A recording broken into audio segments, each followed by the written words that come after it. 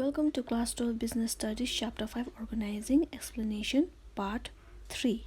So in this content we will be discussing about the types of organization structures, functional structure and divisional structure, and formal and informal organizations. Now let us start with the types of organization structures. The type of structure adopted by an organization will vary with the nature and types of activities performed by an organization. The organizational structure can be classified under two categories, which are as follows. They are functional structure and divisional structure. But first we'll be discussing about the functional structure. So let us discuss what comes under functional structure. So functional structure, it refers to that organizational structure which can be formed by grouping the activities and people on the basis of the functions. It is an organizational design that groups similar or related jobs together, and all related works of one kind is placed in one department under one coordinating heads. Each major functions of business is organized as a separate department. So a major department which can be further divided into minor departments. So a minor department can also be further divided into sections and subsections within each sections. So the work can be organized from top to bottom by assigning the work to lower level. Like for example, a managing director can divide the group so that the work can be done in a systematic way. So he can divide the work under human resources at another department, marketing at another, research and development as another department, and purchasing in another department. So that is easily so that the work functions easily in every departments, so that the work does not get complicated, a miscommunication may not arise, and also the duplications of work can be decreased under the functional structure. Like I already mentioned about the example, so here is the picture. You can see it very carefully, like how the managing director has segregated the work, so it functions very easily. Next is advantages and disadvantages of functional structure. So first let us start with the advantages. Some of the advantages are like occupational specializations, which means a functional structure leads to occupational specializations since emphasis is placed on a specific functions like a particular work. So this helps in promoting efficiency in the utilizations of manpower, as employees they prefer doing similar tasks within a department and are able to improve the performance. Like if they keep repeating the same work every day, then obviously the task will be similar and easier for them to complete the task. So it helps in the improvement of the performance. So that is occupational specializations. So we should give a work to a person who has a skilled and a experienced work, and those who are specialized in a particular task. Another one is promotes control and coordinations, means like it promotes control obviously and coordinations within a department because of similarity in the task being performed. Another one is increasing in efficiency. Obviously, it helps in increasing the managerial and operational efficiency, and this results in increased profit, and also helps in minimizing the duplications, which leads to minimum duplications of effort which results in the economic of scales and the lower cost, and is also easier for them to give training and gain the training. So it makes so that the training makes the employees easier as they focus in only on a limited range of skills. Another one is the ensures attention, means it ensures that different function gets due attention. And some of the disadvantages of functional structure are functional empire, which means employees they become so involved in achieving their departmental goals that they ignore the overall organizational goals. That means they focus only on their particular departmental, whereas they forget about the overall organizations. So like for example, the production department may be so involved in his production or quality product without regard to the fact that it might not have the demand in the market. So because of that, such practices may lead to the functional empires where departmental functions are given more importance. Okay, and another one is difficulty in coordination and decision making, means as the organization grow, obviously departments may also become too large, which may lead to difficulty in coordinations and delay in the decision making. And another one is there may be more chances of conflict, because conflict of interest may arise when the interest of two or more departments are not compatible, when two departments don't get along with each other. So this is the case where conflict may arise. Like for example, the sales department insisting on a customer friendly design, which may cause production difficulties.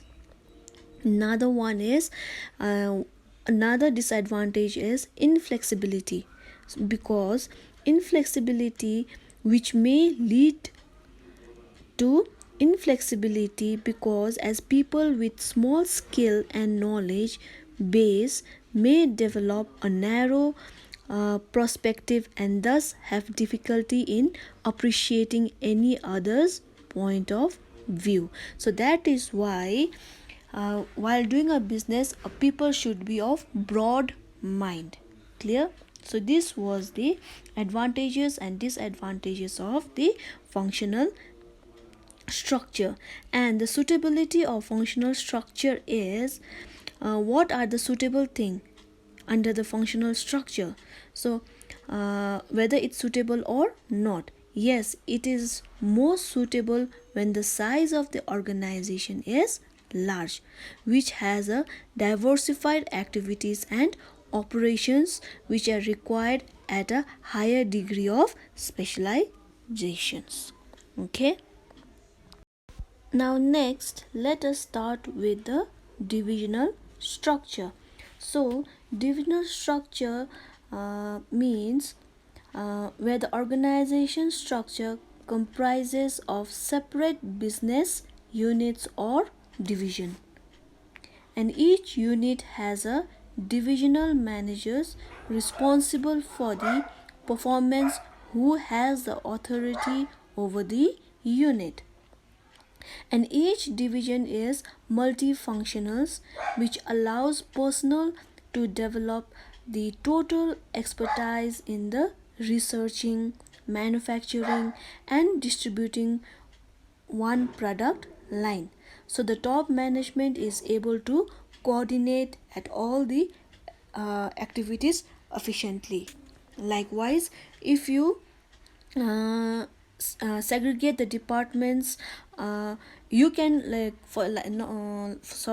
for example, if you want to come up with more than one product, then what you can do is you can segregate each departments with different products, like cosmetic in a different section, a different department only cosmetic products the functions takes place, garments the different department where only garment functions takes place, footwear, skincare, where every product has its own department, so where the work can be done more effectively and more efficiently. So each division is like self-contained, and it develops expertise in all the functions within a related product line. So within each of these product groups, there will be production and marketing personnel, since the group executives coordinates the sales, manufacture and distribution of the products. So they become wholly responsible for its division's profit or loss. Okay. So now look at the example which I've already displayed. So under the managing director, so if you come up with more product lines, if you want to come up with more than one product, then see cosmetics in the different sections, garments, footwear, skincare. So each department has their own human resource, marketing, uh, research and development, purchasing. So the works are divided, so can the work can be done in an effective and efficient manner. And there are one more example, there's one more example where the higher level is has given the works to a different person. So the work has been divided among three persons. So this is known as a divisional structure, where the works are divided for the simplification of the work. Now let us start with the advantages and disadvantages of division structure. So under the advantages, product specializations means product specializations helps in the development of varied skills in a divisional head, and this prepares him for the higher positions. Obviously the person who has a specialized in a particular task, then obviously he prepares himself for the higher position. So this is because he gains more of experience in all functions related to a particular product. There is more chances of the promotions. And another one is greater accountability, means the divisional heads are accountable for profit, as revenues and cost related to different departments can be easily identified and assigned to them. So it also helps in the fixations of responsibilities in case of poor performance of the division, and appropriate remedial actions can be taken. And divisional structures are flexible in nature, as it promotes flexibility and initiative, because each division functions as an autonomous unit, which leads to more faster decisions making. And the another one is expansion and growth. It facilitates expansion and growth, because as a new divisions can be added without interrupting the existing operations, by merely adding another divisional heads and staff for the new product line. So under the divisional structure, they can expand and growth they can expand the business and its growth without any complications. Okay. And another one is the disadvantages of divisional structure. Under this, there is a chances of a conflict, because it may arise among different divisions, which reference to the allocations of funds, and further particular departments, like they may seek to maximize its profit at the cost of another departments. And divisional structures are costly, because it may lead to increase in cost, since there may be a duplications of activities across the products.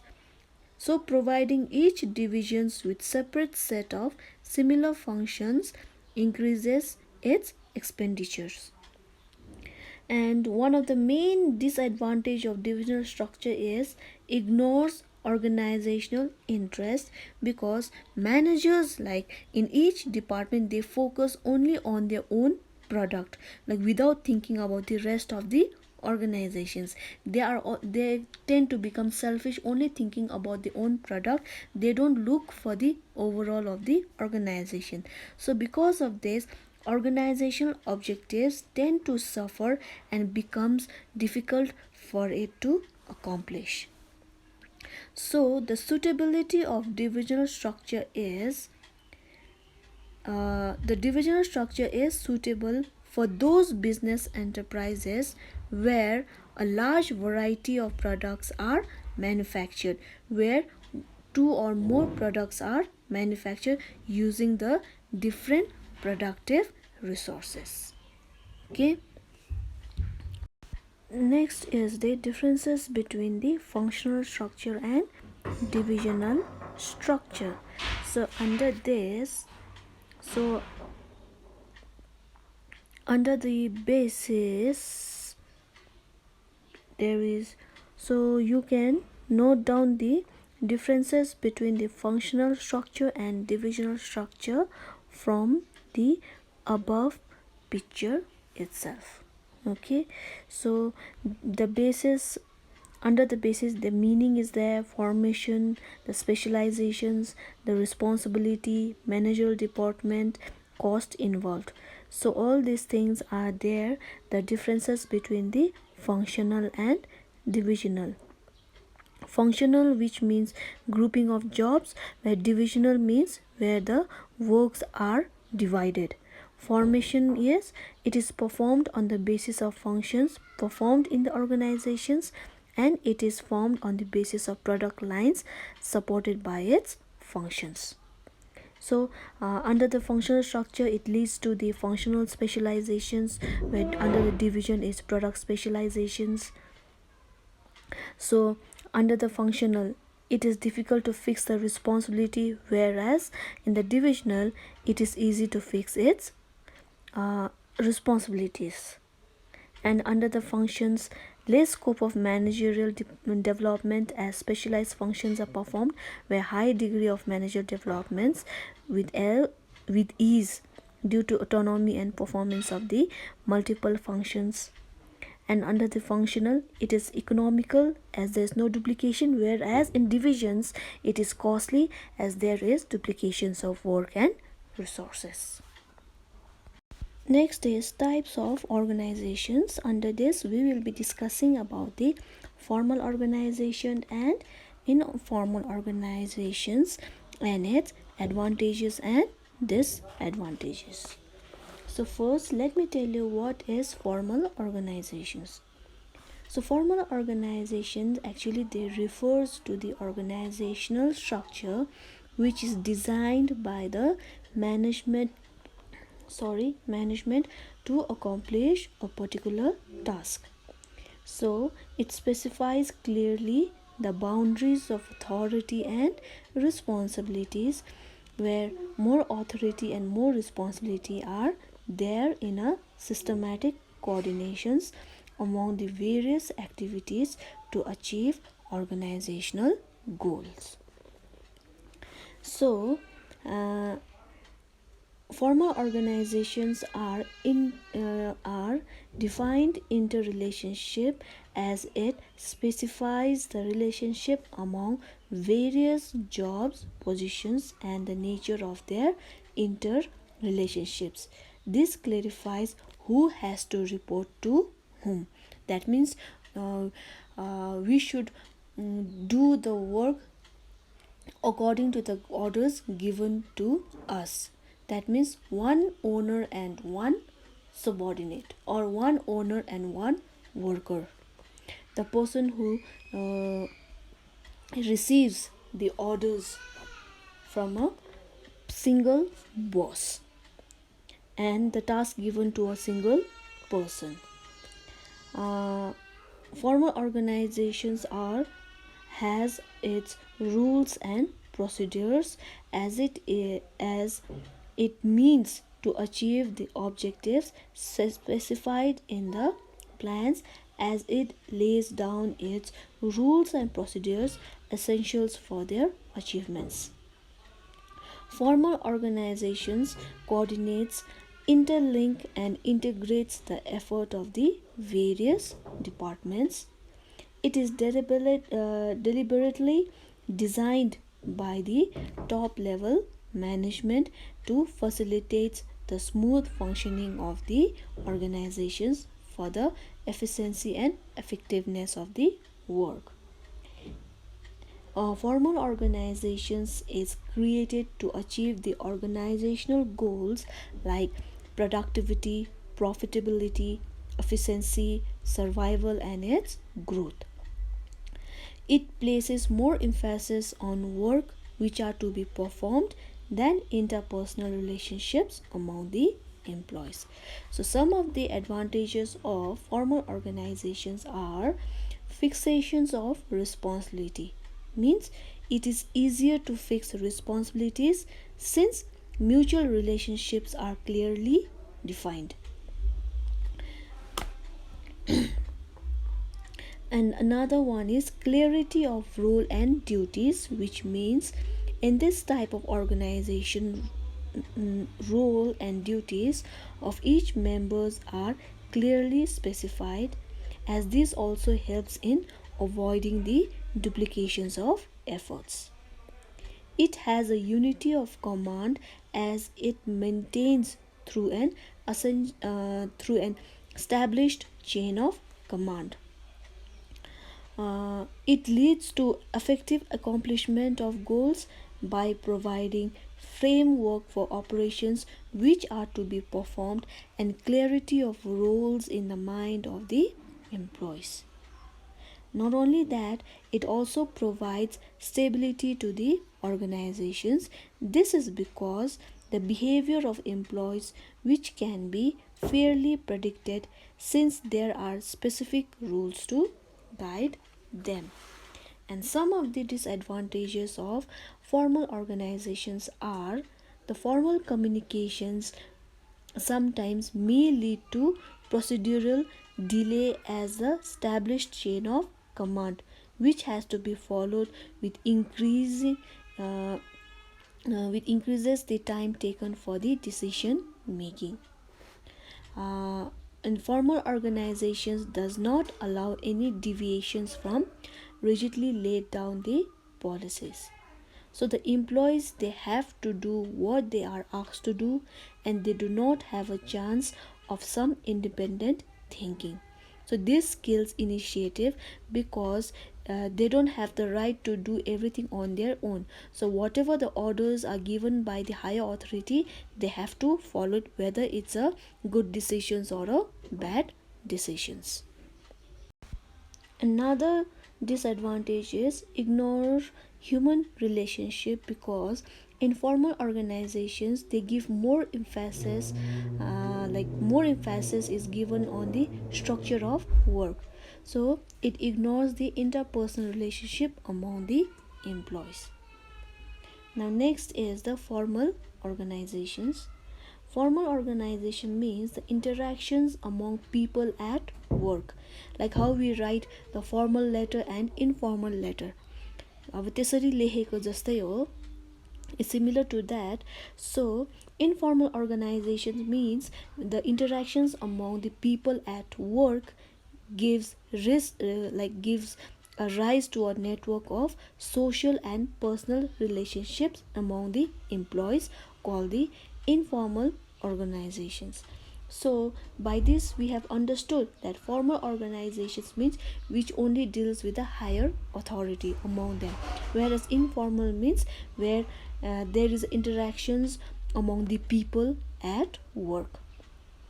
So when people have frequent contact, they cannot be forced into a rigid formal structure.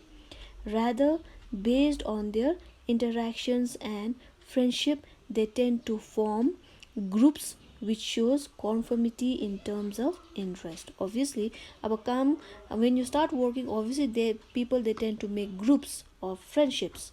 So this also comes under the informal organizations. So some of the examples of the informal organizations are, so the examples of such groups formed with common interests may be those who take part in a cricket matches on Sundays, meet in the cafeteria for coffees, are interested in dramatic, etc. Like we watch in the movies also. The company people, they plan for a weekends with their colleagues, like going for a movie, going for a golf, going to a stadium to play crickets, basketball, table tennis. All these things comes under the informal organizations. So, and some of the features are how it forms. So it emerges on its own in a natural manner within the formal organizations as a result of social interactions among the people. And also standards of behavior and performance are determined by group norms which are involved by the mutual consent among the members, rather than the officially laid down the rules and regulations.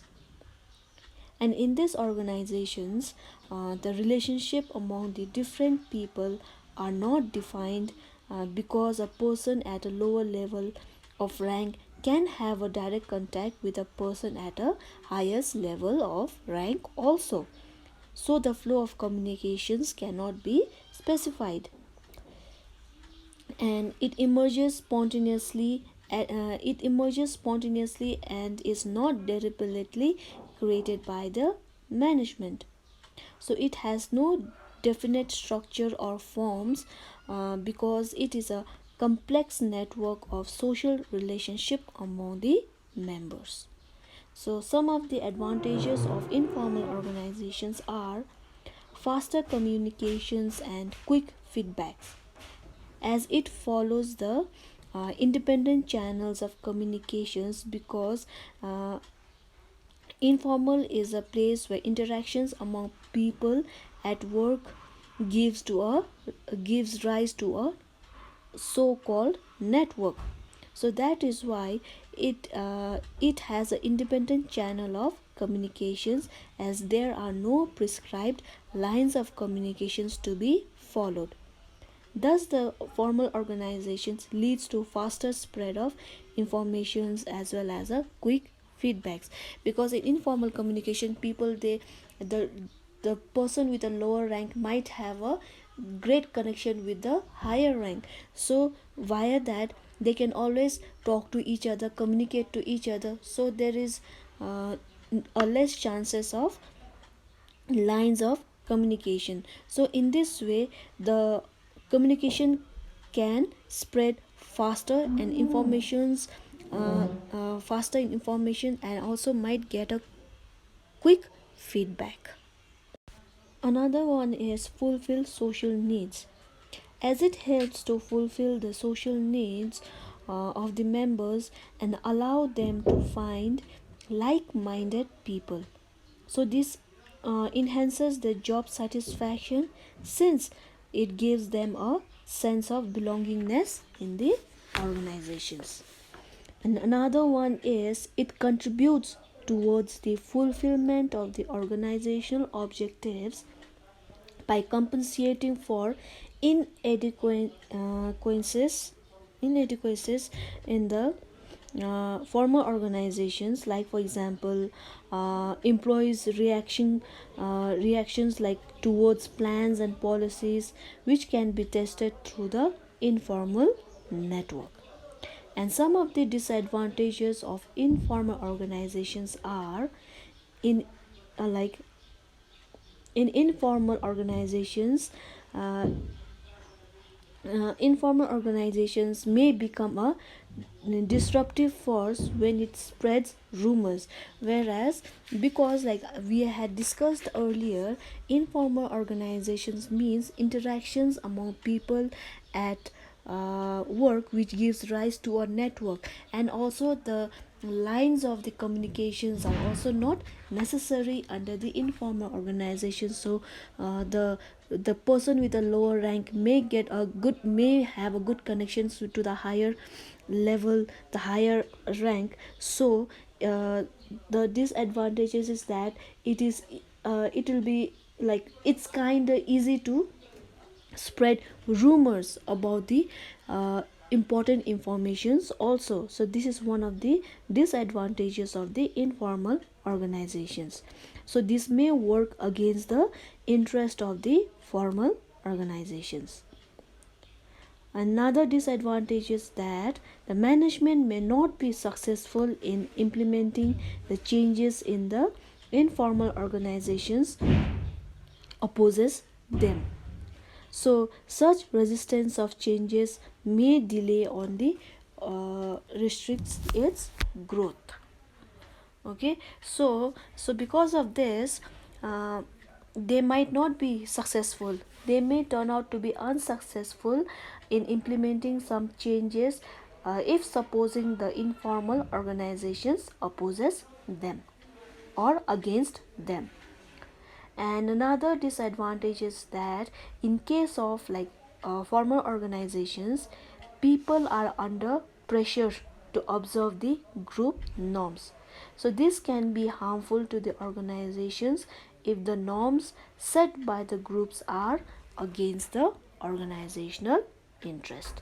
So this, we have come to an end of the given content. So in this explanation, we discussed about the types of structure, the functional structure and divisional structure, and we also completed with the types of organizations, formal organizations and informal organizations. So we'll see you in the next explanations, part 4. Before I end the explanation, let me tell you, formal organizations are designed by the management to achieve organizational goals. Its advantages are fixations of responsibilities, clarity of roles, unity of command, and effective accomplishment of goals. Its disadvantages are procedural delay, inadequate recognitions of creativity, limitations in scopes. Limited in scopes. Informal organization arises out of interactions among people at work. Its advantages are speed, fulfillment of social needs, fills inadequacies of formal structure. Its disadvantages are disruptive forces, resistance of change, and priority to group interest.